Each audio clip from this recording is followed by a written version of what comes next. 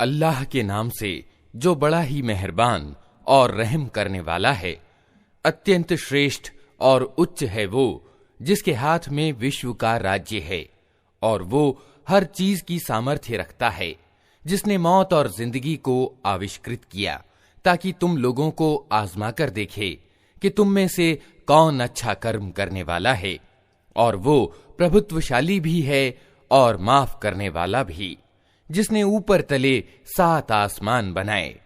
तुम रहमान यानी करुणामय ईश्वर की रचना में किसी तरह की असंगति ना पाओगे।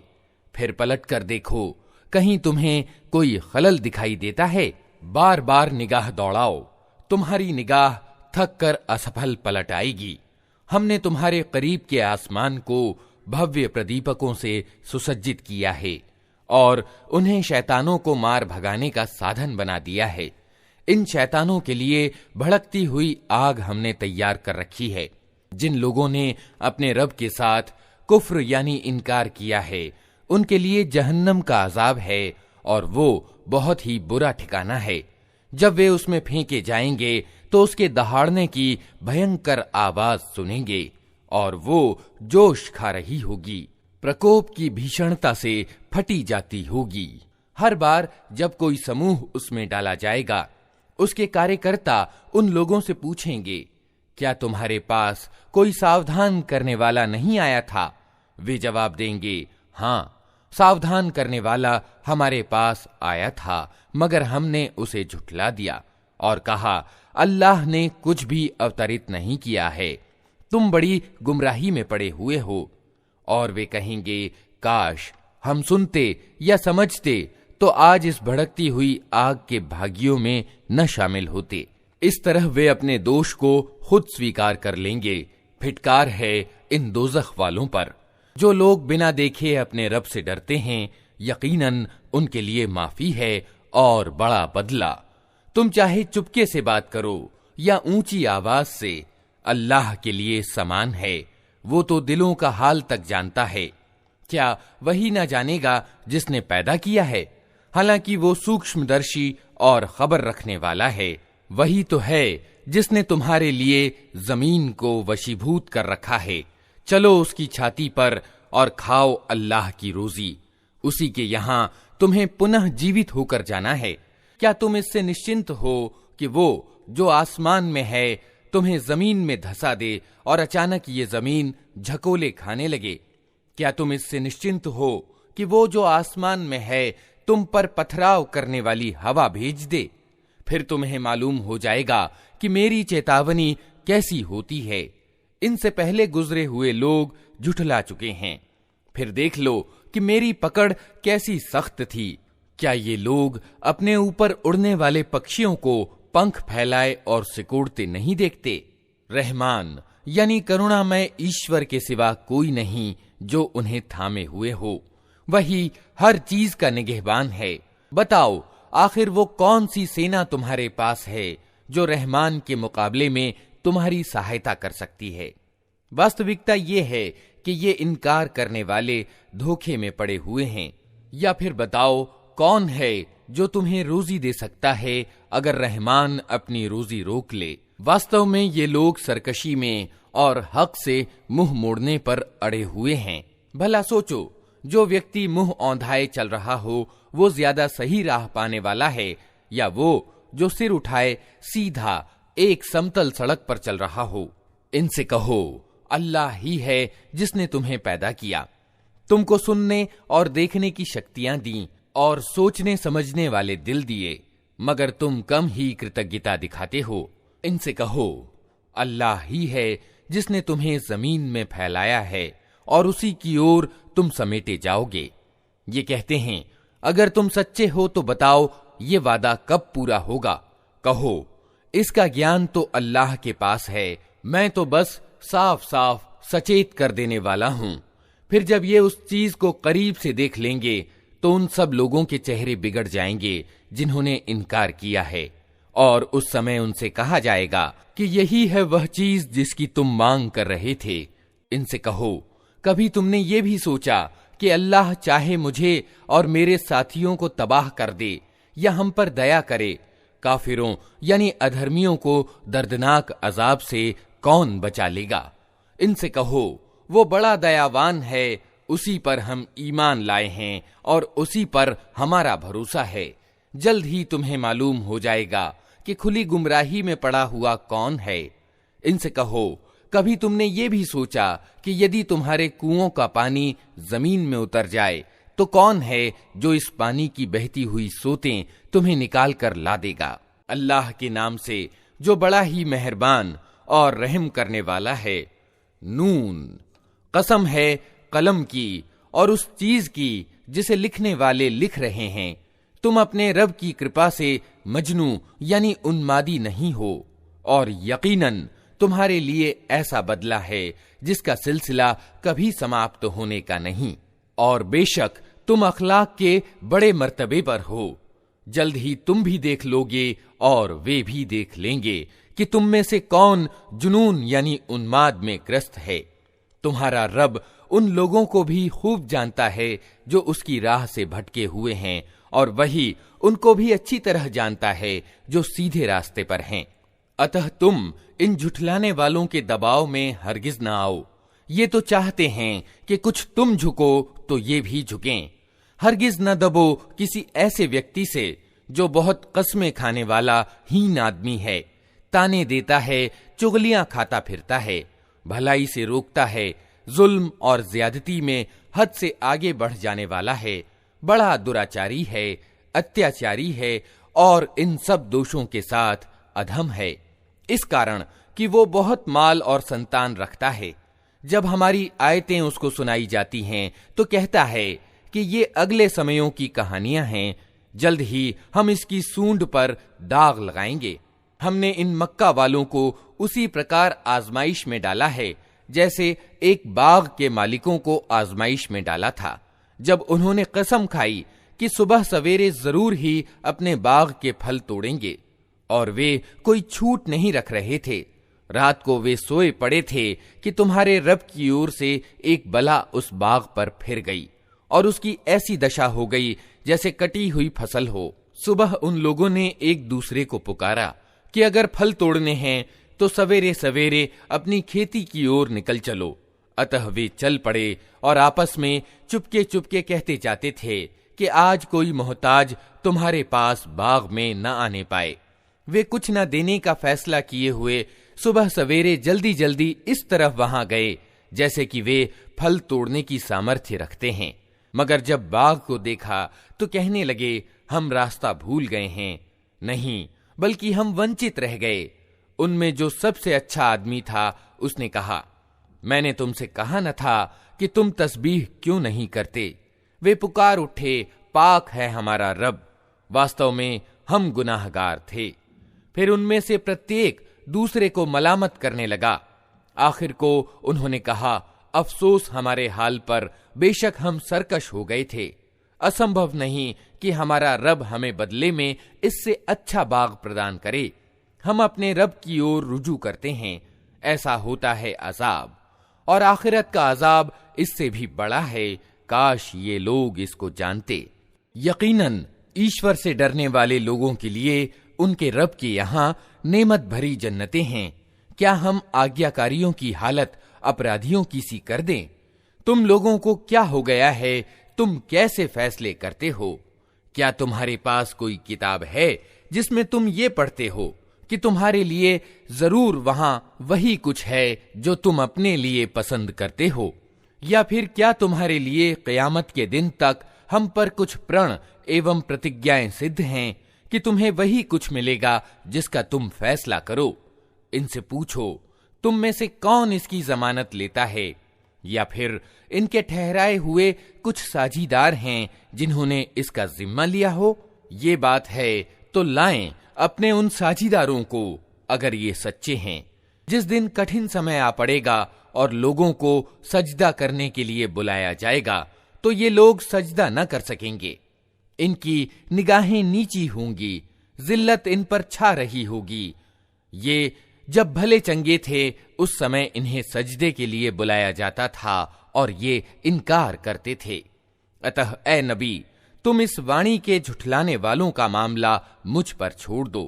हम ऐसे तरीके से इनको क्रमशः तबाही की ओर ले जाएंगे कि इनको खबर भी न होगी। मैं इनकी रस्सी ढीली कर रहा हूं। मेरी चाल बड़ी जबरदस्त है। क्या तुम इनसे कुछ बदला मांग रहे हो कि ये इस चट्टी यानी तावान के बोझ तले दबे जा रहे हों? क्या इनके पास परोक्ष का ज्ञान है जिसे ये लिख रहे हों? अच्छा, अपने रब का फैसला होने तक सब्र करो और मछली वाले यानी यूनुस की तरह न हो जाओ, जब उसने पुकारा था और वो गम से भरा हुआ था। अगर उसके रब की कृपा उसके साथ न हो जाती तो वो निंदित होकर चटियल मैदान में फेंक दिया जाता। आखिरकार उसके रब ने उसे चुन लिया और उसे नेक बंदों में सम्मिलित कर दिया। जब ये अधर्मी लोग नसीहत की वाणी यानी कुरान सुनते हैं तो तुम्हें ऐसी निगाहों से देखते हैं मानो तुम्हारे कदम उखाड़ देंगे और कहते हैं कि ये जरूर दीवाना है, हालांकि ये तो सारे जहान वालों के लिए एक नसीहत है। अल्लाह के नाम से जो बड़ा ही मेहरबान और रहम करने वाला है। होकर रहने वाली, क्या है वो होकर रहने वाली, और तुम क्या जानो कि वो क्या है होकर रहने वाली। समूद और आद ने उस अचानक टूट पड़ने वाली आफत को झुठलाया तो समूद एक प्रचंड घटना से तबाह किए गए और आद एक बड़ी तेज तूफानी आंधी से तबाह किए गए। अल्लाह ने उसको निरंतर 7 रात और 8 दिन उन पर लगाए रखा। तुम वहां होते तो देखते कि वे वहां इस तरह पछड़े हुए हैं जैसे वे खजूर के जीर्ण तने हों। अब क्या उनमें से कोई तुम्हें बाकी बचा दिखाई देता है? और इसी बड़ी खता का अपराध फिरौन और उससे पहले के लोगों ने और तलपट हो जाने वाली बस्तियों ने किया। उन सब ने अपने रब के रसूल की बात ना मानी तो उसने उनको बड़ी सख्ती के साथ पकड़ा। जब पानी का तूफान हद से गुजर गया तो हमने तुमको नाव में सवार कर दिया था ताकि इस घटना को तुम्हारे लिए एक शिक्षाप्रद यादगार बना दें और याद रखने वाले कान इसकी याद सुरक्षित रखें। फिर जब एक बार सूर में फूंक मार दी जाएगी और जमीन और पहाड़ों को उठाकर एक ही चोट में चूरा चूरा कर दिया जाएगा, उस दिन वो होने वाली घटना घटित हो जाएगी। उस दिन आसमान फटेगा और उसकी बंदिश ढीली पड़ जाएगी। फरिश्ते उसके किनारों पर होंगे और 8 फरिश्ते उस दिन तेरे रब का सिंहासन अपने ऊपर उठाए हुए होंगे। वो दिन होगा जब तुम लोग पेश किए जाओगे, तुम्हारा कोई रहस्य भी छिपा न रह जाएगा। उस समय जिसका कर्म पत्र उसके सीधे हाथ में दिया जाएगा, वो कहेगा, लो देखो, पढ़ो मेरा कर्म पत्र। मैं समझता था कि मुझे जरूर अपना हिसाब मिलने वाला है, अतः वो मनचाहे ऐश में होगा। उच्च स्थान जन्नत में जिसके फलों के गुच्छे झुके पड़ रहे होंगे। ऐसे लोगों से कहा जाएगा, मजे से खाओ और पियो अपने उन कर्मों के बदले जो तुमने बीते हुए दिनों में किए हैं। और जिसका कर्म पत्र उसके बाएं हाथ में दिया जाएगा, वो कहेगा, काश मेरा कर्म पत्र मुझे न दिया गया होता और मैं न जानता कि मेरा हिसाब क्या है। काश मेरी वही मौत जो दुनिया में आई थी निर्णायक होती। आज मेरा माल मेरे कुछ काम न आया, मेरा सारा प्रभुत्व समाप्त हो गया। आदेश होगा, पकड़ो इसे और इसकी गर्दन में तौक डाल दो, फिर इसे जहन्नम में झोंक दो, फिर इसको 70 हाथ लंबी जंजीर में जकड़ दो। ये न महिमावान अल्लाह पर ईमान लाता था और न मोहताज को खाना खिलाने पर उभारता था। अतः आज न यहाँ इसका कोई हमदर्द मित्र है और न घावों के धुवन के सिवा इसके लिए कोई भोजन, जिसे अपराधियों के सिवा कोई नहीं खाता। अतः नहीं, मैं कसम खाता हूं उन चीजों की भी जो तुम देखते हो और उनकी भी जिन्हें तुम नहीं देखते। ये एक प्रतिष्ठित रसूल का कथन है, किसी कवि का कथन नहीं है।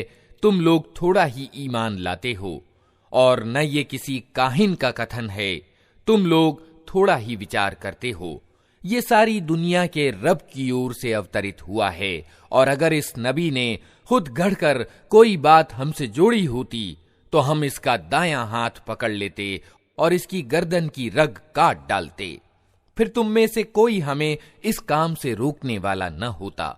वास्तव में ये परहेजगारों के लिए एक नसीहत है, और हम जानते हैं कि तुम में से कुछ लोग झुठलाने वाले हैं।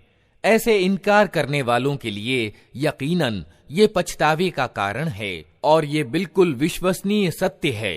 अतः ए नबी, अपने महिमावान रब के नाम की तस्बीह यानी गुणगान करो, अल्लाह के नाम से जो बड़ा ही मेहरबान और रहम करने वाला है। मांगने वाले ने अजाब यानी यातना मांगा है, वो अजाब जो जरूर घटित होने वाला है। इनकार करने वालों के लिए है, कोई उसे टालने वाला नहीं। उस अल्लाह की ओर से है जो उत्थान की सीढ़ियों का मालिक है। फरिश्ते और रूह उसके पास चढ़कर जाते हैं एक ऐसे दिन में जिसकी माप 50,000 वर्ष है। अतः ए नबी, सब्र करो, शिष्ट सब्र।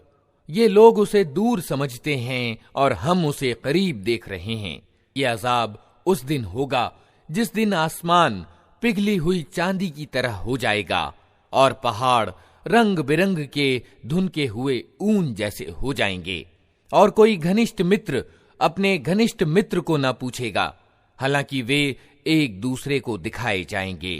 अपराधी चाहेगा कि उस दिन के अजाब से बचने के लिए अपनी औलाद को, अपनी बीवी को, अपने भाई को, अपने निकटतम परिवार को जो उसे पनाह देने वाला था, और जमीन के सब लोगों को फिदिया यानी बदले के रूप में दे दे, और ये उपाय उसे छुटकारा दिला दे।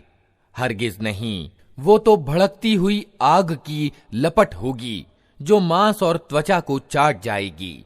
पुकार पुकार कर अपनी ओर बुलाएगी हर उस व्यक्ति को जिसने सत्य से मुंह मोड़ा और पीठ फेरी और धन जमा किया और सैंत सैंत कर रखा। मनुष्य थुड़दिला पैदा किया गया है। जब उस पर मुसीबत आती है तो घबरा उठता है, और जब उसे सुख संपन्नता प्राप्त होती है तो कंजूसी करने लगता है। मगर वे लोग इस ऐब से बचे हुए हैं जो नमाज पढ़ने वाले हैं, जो अपनी नमाज की सदैव पाबंदी करते हैं, जिनके मालों में मांगने वालों और पाने से रह जाने वालों यानी महरूम का एक निश्चित हक है, जो बदला पाने के दिन को सत्य मानते हैं, जो अपने रब के अजाब से डरते हैं, क्योंकि उनके रब का अजाब ऐसी चीज नहीं है जिससे कोई निर्भय हो, जो अपने गुप्त इंद्रियों की रक्षा करते हैं, सिवाय अपनी बीवियों या अपनी अधिकृत औरतों के, जिनसे सुरक्षित न रखने में उन पर कोई मलामत नहीं। अलबत्ता जो इसके अलावा कुछ और चाहें, वही सीमाओं का अतिक्रमण करने वाले हैं, जो अपनी अमानतों की रक्षा करते और अपनी प्रतिज्ञा का ध्यान रखते हैं, जो अपनी गवाहियों में सत्यवादिता पर जमे रहते हैं और जो अपनी नमाज की रक्षा करते हैं। ये लोग सम्मान पूर्वक जन्नत के बागों में रहेंगे। अतः ए नबी, क्या बात है कि ये इनकार करने वाले दाएं और बाएं से गिरोह के गिरोह तुम्हारी ओर दौड़े चले आ रहे हैं? क्या इनमें से हर एक ये लालच रखता है कि वो नेमत भरी जन्नतों में दाखिल कर दिया जाएगा? हरगिज नहीं। हमने जिस चीज से उनको पैदा किया है उसे ये खुद जानते हैं।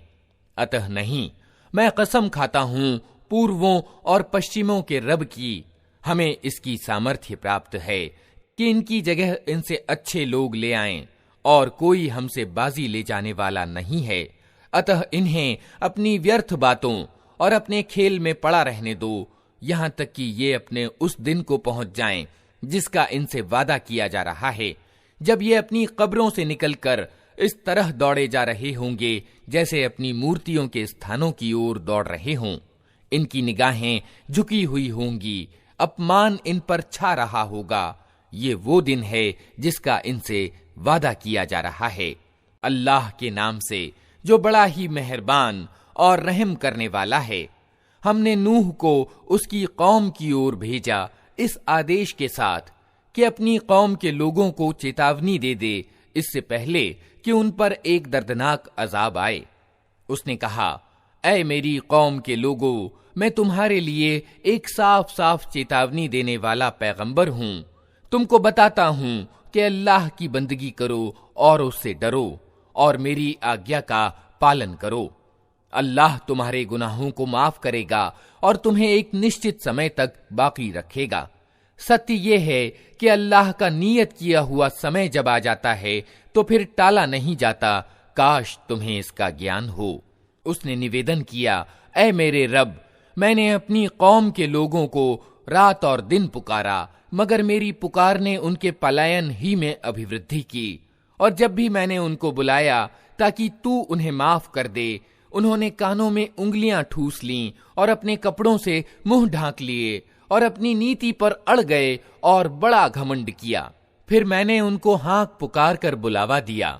फिर मैंने खुल्लम खुल्ला भी उनमें प्रचार किया और चुपके चुपके भी समझाया।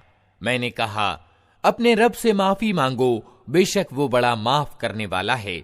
वो तुम पर आसमान से खूब वर्षाएं करेगा, तुम्हें माल और संतान से अनुग्रहित करेगा, तुम्हारे लिए बाग पैदा करेगा और तुम्हारे लिए नहरें जारी कर देगा। तुम्हें क्या हो गया है कि अल्लाह के लिए तुम किसी गौरव की आशा नहीं रखते, हालांकि उसने तरह तरह से तुम्हें बनाया है।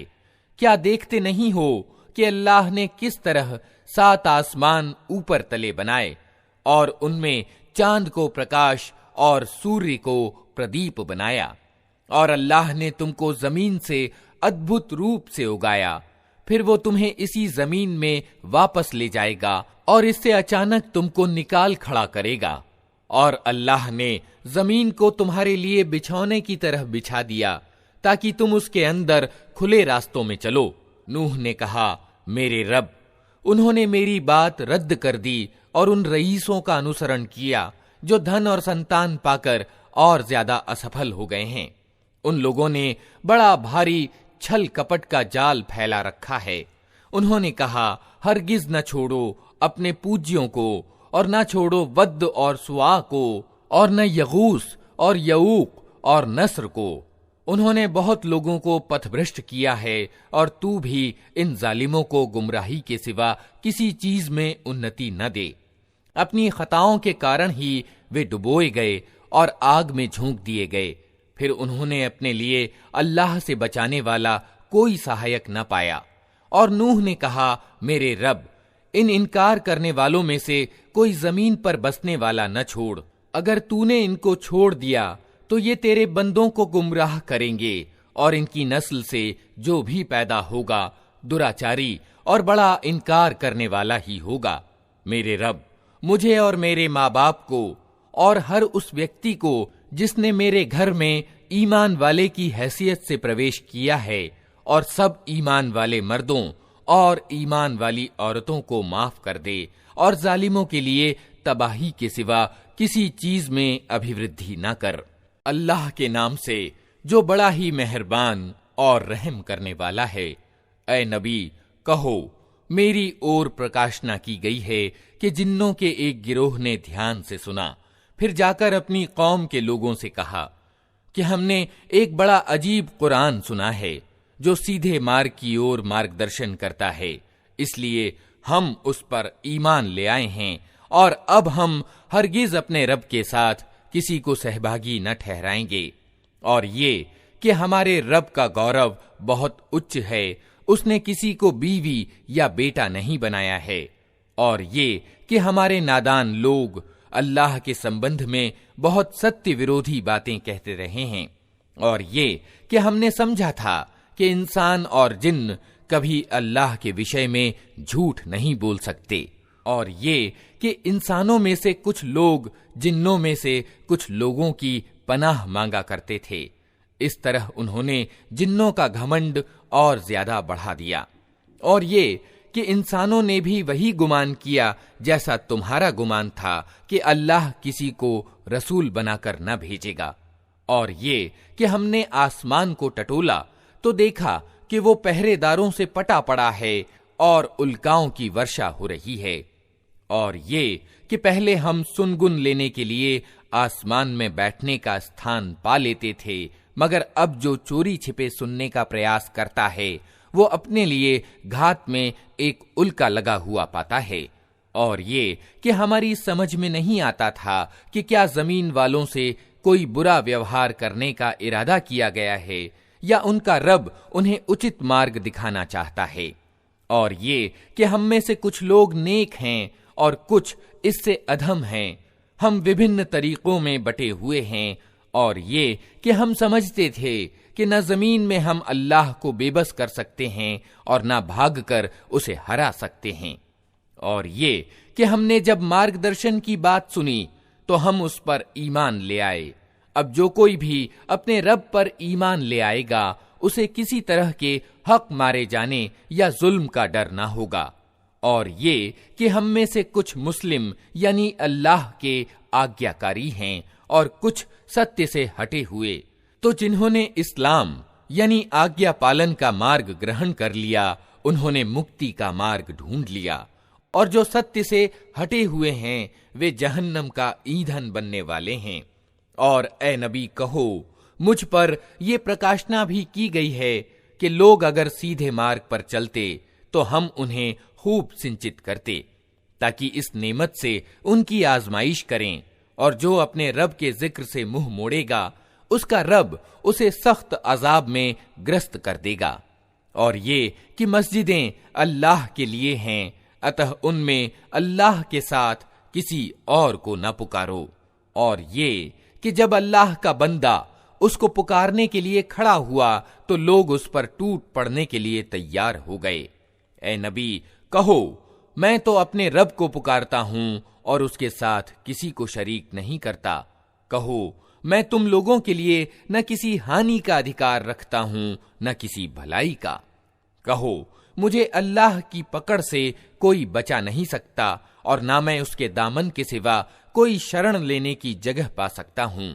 मेरा कार्य इसके सिवा कुछ नहीं है कि अल्लाह की बात और उसके संदेश पहुंचा दूं। अब जो भी अल्लाह और उसके रसूल की बात न मानेगा उसके लिए जहन्नम की आग है, और ऐसे लोग उसमें हमेशा रहेंगे। ये लोग अपनी इस नीति से बाज न आएंगे यहां तक कि जब उस चीज को देख लेंगे जिसका इनसे वादा किया जा रहा है तो इन्हें मालूम हो जाएगा कि किसके सहायक कमजोर हैं और किसका जत्था संख्या में कम है। कहो, मैं नहीं जानता कि जिस चीज का वादा तुमसे किया जा रहा है वो नजदीक है या मेरा रब उसके लिए कोई लंबी अवधि नियत करता है। वो परोक्ष का जानने वाला है, अपने परोक्ष को किसी पर प्रकट नहीं करता सिवाय उस रसूल के जिसे उसने परोक्ष का ज्ञान देने के लिए पसंद कर लिया हो। तो उसके आगे और पीछे वो रक्षक लगा देता है ताकि वो जान ले कि उन्होंने अपने रब के संदेश पहुंचा दिए, और वो उनके पूरे वातावरण यानी माहौल को घेरे में लिए हुए है और एक एक चीज को उसने गिन रखा है। अल्लाह के नाम से जो बड़ा ही मेहरबान और रहम करने वाला है। ऐ ओढ़ लपेट कर सोने वाले, रात को नमाज में खड़े रहा करो, मगर कम आधी रात या उससे कुछ कम कर लो या उससे कुछ अधिक बढ़ा दो, और कुरान को भली भांति ठहर ठहर कर पढ़ो। हम तुम पर एक भारी कलाम यानी वाणी अवतरित करने वाले हैं। वास्तव में रात का उठना मन यानी नफ्स पर काबू पाने के लिए बहुत प्रभावकारी और कुरान ठीक पढ़ने के लिए अधिक अनुकूल है। दिन के समयों में तो तुम्हारे लिए बहुत व्यस्तताएं हैं। अपने रब के नाम का जिक्र किया करो और सबसे कटकर उसी के हो रहो। वो पूर्व और पश्चिम का रब है, उसके सिवा कोई इलाह यानी ईश्वर नहीं, अतः उसी को अपना वकील बना लो। और जो बातें लोग बना रहे हैं उन पर धैर्य से काम लो और सज्जनता के साथ उनसे अलग हो जाओ। इन झुठलाने वाले खुशहाल लोगों से निपटने का काम तुम मुझ पर छोड़ दो और उन्हें तनिक देर इसी हालत पर रहने दो। हमारे पास उनके लिए भारी बेड़ियां हैं और भड़कती हुई आग और गले में फंसने वाला खाना और दर्दनाक अजाब। ये उस दिन होगा जब जमीन और पहाड़ कांप उठेंगे और पहाड़ों की दशा ऐसी हो जाएगी जैसे रेत के ढेर हैं जो बिखरे जा रहे हैं। तुम लोगों के पास हमने उसी प्रकार एक रसूल तुम पर गवाह बनाकर भेजा है जिस प्रकार हमने फिरौन की ओर एक रसूल भेजा था। फिर देख लो, जब फिरौन ने उस रसूल की बात न मानी तो हमने उसको बड़ी सख्ती के साथ पकड़ लिया। अगर तुम मानने से इनकार करोगे तो उस दिन से कैसे बच जाओगे जो बच्चों को बूढ़ा कर देगा और जिसकी सख्ती से आसमान फटा जा रहा होगा। अल्लाह का वादा तो पूरा होकर ही रहना है। ये एक नसीहत है, अब जिसका जी चाहे अपने रब की ओर जाने का मार्ग ग्रहण कर ले। ए नबी, तुम्हारा रब जानता है कि तुम कभी 2/3 रात के लगभग और कभी आधी रात और कभी 1/3 रात इबादत में खड़े रहते हो, और तुम्हारे साथियों में से भी एक गिरोह ये कार्य करता है। अल्लाह ही रात और दिन का हिसाब रखता है। उसे मालूम है कि तुम लोग समयों की ठीक गणना नहीं कर सकते, अतः उसने तुम पर दया की। अब जितना आसानी से पढ़ सको कुरान पढ़ा करो। उसे मालूम है कि तुम में से कुछ बीमार होंगे, कुछ दूसरे लोग अल्लाह के अनुग्रह यानी रोजी की खोज में यात्रा करते हैं, और कुछ और लोग अल्लाह के मार्ग में युद्ध करते हैं। अतः जितना कुरान आसानी से पढ़ा जा सके पढ़ लिया करो। नमाज कायम करो, ज़कात दो और अल्लाह को अच्छा कर्ज देते रहो। जो कुछ भलाई तुम अपने लिए आगे भेजोगे उसे अल्लाह के यहाँ मौजूद पाओगे। वही ज्यादा अच्छा है और उसका बदला बहुत बड़ा है। अल्लाह से क्षमा याचना करते रहो, निस्संदेह अल्लाह बड़ा क्षमाशील और दयावान है। अल्लाह के नाम से जो बड़ा ही मेहरबान और रहम करने वाला है। ऐ ओढ़ लपेट कर लेटने वाले, उठो और खबरदार करो और अपने रब की बड़ाई का ऐलान करो, और अपने कपड़े स्वच्छ रखो और गंदगी से दूर रहो, और एहसान न करो अधिक प्राप्त करने के लिए, और अपने रब के लिए सब्र यानी धैर्य करो। अच्छा, जब नरसिंघा में फूंक मारी जाएगी वो दिन बड़ा ही कठिन होगा, इनकार करने वालों के लिए हल्का ना होगा। छोड़ दो मुझे और उस व्यक्ति को जिसे मैंने अकेला पैदा किया, बहुत सा धन उसको दिया, उसके साथ उपस्थित रहने वाले बेटे दिए और उसके लिए रियासत का मार्ग प्रशस्त किया। फिर वो लोभ रखता है कि मैं उसे और अधिक दूं। कदापि नहीं, वो हमारी आयतों से वैर रखता है। मैं तो उसे शीघ्र एक कठिन चढ़ाई चढ़वाऊंगा। उसने सोचा और कुछ बात बनाने की कोशिश की, तो अल्लाह की मार उस पर कैसी बात बनाने की कोशिश की। हाँ, अल्लाह की मार उस पर कैसी बात बनाने की कोशिश की। फिर लोगों की ओर देखा, फिर पेशानी सिकोड़ी और मुंह बनाया, फिर पलटा और घमंड में पड़ गया। अंततः बोला कि ये कुछ नहीं मगर एक जादू जो पहले से चला आ रहा है। ये तो एक मानवीय वाणी है, शीघ्र ही मैं उसे नरक में झोंक दूंगा, और तुम क्या जानो कि क्या है वो नरक। न बाकी रखे न छोड़े, खाल झुलसा देने वाला। 19 कार्यकर्ता उस पर नियुक्त हैं। हमने नरक के ये कार्यकर्ता फरिश्ते बनाए हैं और उनकी संख्या को इनकार करने वालों के लिए आजमाइश बना दिया है, ताकि किताब वालों को यकीन हो जाए और ईमान वालों का ईमान बढ़े, और किताब वाले और ईमान वाले किसी संदेह में न रहें, और दिल के बीमार और इनकार करने वाले ये कहें कि भला अल्लाह का इस अद्भुत बात से क्या मतलब हो सकता है। इस प्रकार अल्लाह जिसे चाहता है पथभ्रष्ट कर देता है और जिसे चाहता है मार्ग दिखा देता है, और तेरे रब की सेनाओं को स्वयं उसके सिवा कोई नहीं जानता। और इस नरक का उल्लेख इसके सिवा किसी उद्देश्य से नहीं किया गया कि लोगों को इससे नसीहत हो। कदापि नहीं, कसम है चांद की और रात की जबकि वो पलटती है, और सुबह की जबकि वो रोशन होती है। ये जहन्नम यानी नरक भी बड़ी चीजों में से एक है।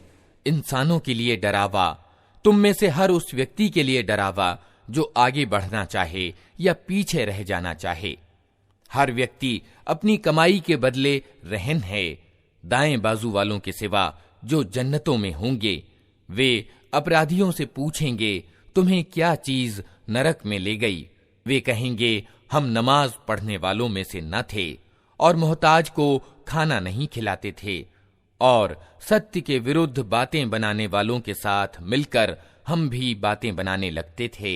और बदला दिए जाने के दिन को झूठ ठहराते थे, यहाँ तक कि हमें उस विश्वसनीय चीज से मामला आ पड़ा। उस समय सिफारिश करने वालों की कोई सिफारिश उनके किसी काम न आएगी। आखिर इन लोगों को क्या हो गया है कि ये इस नसीहत से मुंह मोड़ रहे हैं, मानो ये जंगली गधे हैं जो शेर से डरकर भाग पड़े हैं। बल्कि इनमें से तो हर एक ये चाहता है कि उसके नाम खुले पत्र भेजे जाएं। कदापि नहीं। असल बात यह है कि ये आखिरत यानी परलोक का डर नहीं रखते। कदापि नहीं। ये तो एक नसीहत है। अब जिसका जी चाहे इससे शिक्षा प्राप्त कर ले, और ये कोई शिक्षा प्राप्त न करेंगे, ये और बात है कि अल्लाह ही ऐसा चाहे। वो इसका हकदार है कि उसका डर रखा जाए, और वो इस योग्य है कि डर रखने वालों को क्षमा कर दे। अल्लाह के नाम से जो बड़ा ही मेहरबान और रहम करने वाला है। नहीं, मैं कसम खाता हूँ क़यामत के दिन की, और नहीं, मैं कसम खाता हूँ मलामत करने वाली आत्मा यानी नफ्स की। क्या इंसान ये समझ रहा है कि हम उसकी हड्डियों को एकत्र न कर सकेंगे? क्यों नहीं, हम तो उसकी उंगलियों की पोर पोर तक ठीक बना देने की सामर्थ्य रखते हैं। मगर इंसान चाहता ये है कि आगे भी बुरे कर्म करता रहे। पूछता है आखिर कब आना है वो क़यामत का दिन। फिर जब दीदे पथरा जाएंगे और चांद प्रकाशहीन हो जाएगा और चांद सूरज मिलाकर एक कर दिए जाएंगे, उस समय यही इंसान कहेगा कहाँ भाग कर जाऊं? हरगिज नहीं, वहां पनाह लेने की कोई जगह न होगी। उस दिन तेरे रब ही के सामने जाकर ठहरना होगा। उस दिन इंसान को उसका सब अगला पिछला किया कराया बता दिया जाएगा। बल्कि इंसान खुद ही अपने आप को खूब जानता है, चाहे वो कितने ही उज्र पेश करे। ऐ नबी, इस प्रकाशना यानी वही को जल्दी जल्दी याद करने के लिए अपनी जबान को हरकत न दो। इसको याद करा देना और पढ़वा देना हमारे जिम्मे है। अतः जब हम इसे पढ़ रहे हों, उस समय तुम इसके पठन को ध्यान से सुनते रहो। फिर इसका अर्थ समझा देना भी हमारे ही जिम्मे है। हरगिज नहीं, वास्तविक बात यह है कि तुम लोग जल्दी प्राप्त होने वाली चीज अर्थात दुनिया से प्रेम रखते हो और आखिरत को छोड़ देते हो। उस दिन कुछ चेहरे तरोताजा होंगे, अपने रब की ओर देख रहे होंगे, और कुछ चेहरे उदास होंगे और समझ रहे होंगे कि उनके साथ कमर तोड़ व्यवहार होने वाला है। हरगिज नहीं, जब प्राण कंठ तक पहुंच जाएंगे और कहा जाएगा कि है कोई झाड़ फूंक करने वाला, और इंसान समझ लेगा कि ये दुनिया से जुदाई का समय है और पिंडली से पिंडली जुड़ जाएगी। वो दिन होगा तेरे रब की ओर प्रस्थान का। मगर उसने न सच माना और न नमाज पढ़ी, बल्कि झुठलाया और पलट गया। फिर अकड़ता हुआ अपने घर वालों की ओर चल दिया। ये नीति तेरे ही लिए उचित है और तुझ ही को शोभा देती है। हाँ, ये नीति तेरे ही लिए उचित है और तुझ ही को शोभा देती है। क्या इंसान ने ये समझ रखा है कि वो यूं ही आजाद छोड़ दिया जाएगा? क्या वो एक तुच्छ बानी का वीर्य न था जो माँ के गर्भाशय में टपकाया जाता है? फिर वो एक लोथड़ा बना, फिर अल्लाह ने उसका शरीर बनाया और उसके अंग ठीक किए। फिर उससे मर्द और औरत की दो किस्में बनाई। क्या उसे इसकी सामर्थ्य प्राप्त नहीं है कि मरने वालों को फिर से जिंदा कर दे? अल्लाह के नाम से जो बड़ा ही मेहरबान और रहम करने वाला है। क्या इंसान पर अनंत काल का एक ऐसा समय भी बीता है जब वो कोई उल्लेखनीय वस्तु न था? हमने इंसान को एक मिश्रित वीर्य से पैदा किया ताकि उसकी परीक्षा लें, और इस उद्देश्य के लिए हमने उसे सुनने और देखने वाला बनाया। हमने उसे मार्ग दिखा दिया, चाहे कृतज्ञता दिखाने वाला बने या इनकार करने वाला। इनकार करने वालों के लिए हमने जंजीरें और तौक और भड़कती हुई आग तैयार कर रखी है। नेक लोग जन्नत में पेय के ऐसे जाम पिएंगे जिनमें कपूर जल का मिश्रण होगा।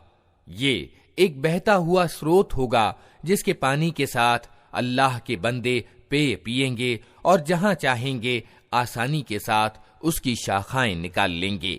ये वे लोग होंगे जो दुनिया में नज़्र पूरी करते हैं और उस दिन से डरते हैं जिसकी आफत हर ओर फैली हुई होगी, और अल्लाह के प्रेम में मोहताज और अनाथ और कैदी को खाना खिलाते हैं और उनसे कहते हैं कि हम तुम्हें सिर्फ अल्लाह के लिए खिला रहे हैं, हम तुमसे न कोई बदला चाहते हैं न शुक्रिया।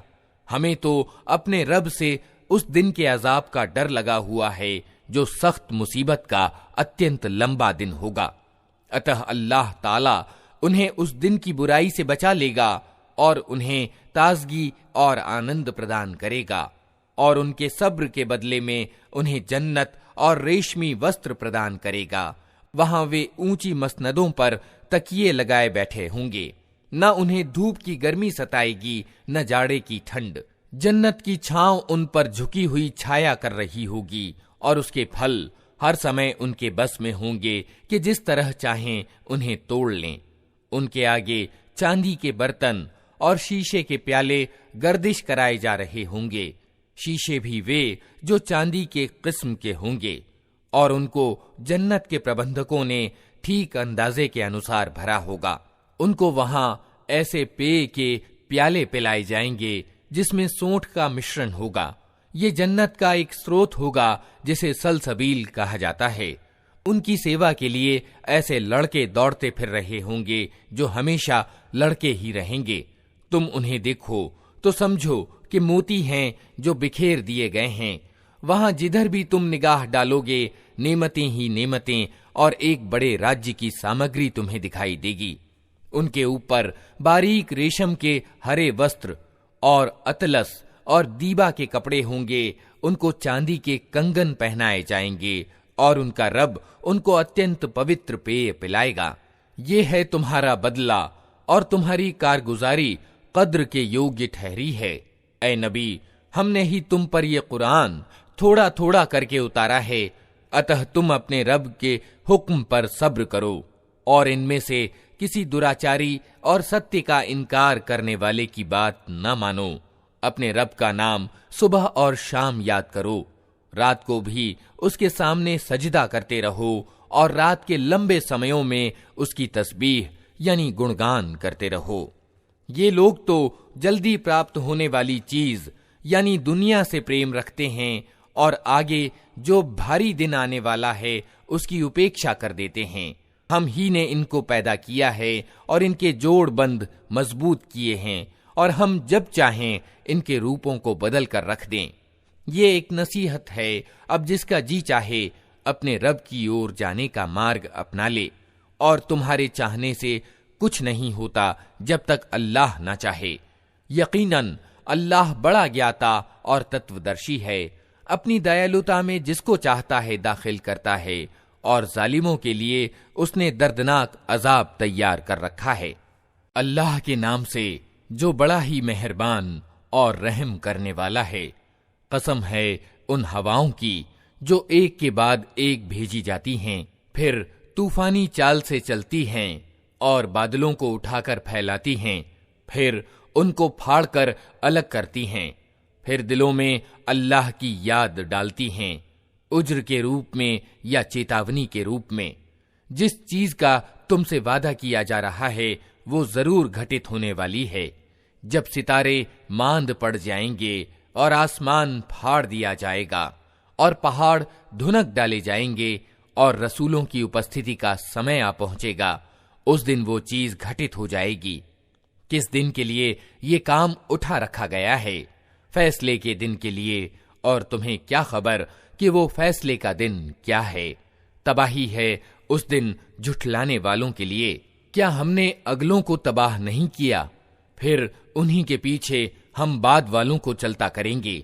अपराधियों के साथ हम यही कुछ किया करते हैं। तबाही है उस दिन झुठलाने वालों के लिए।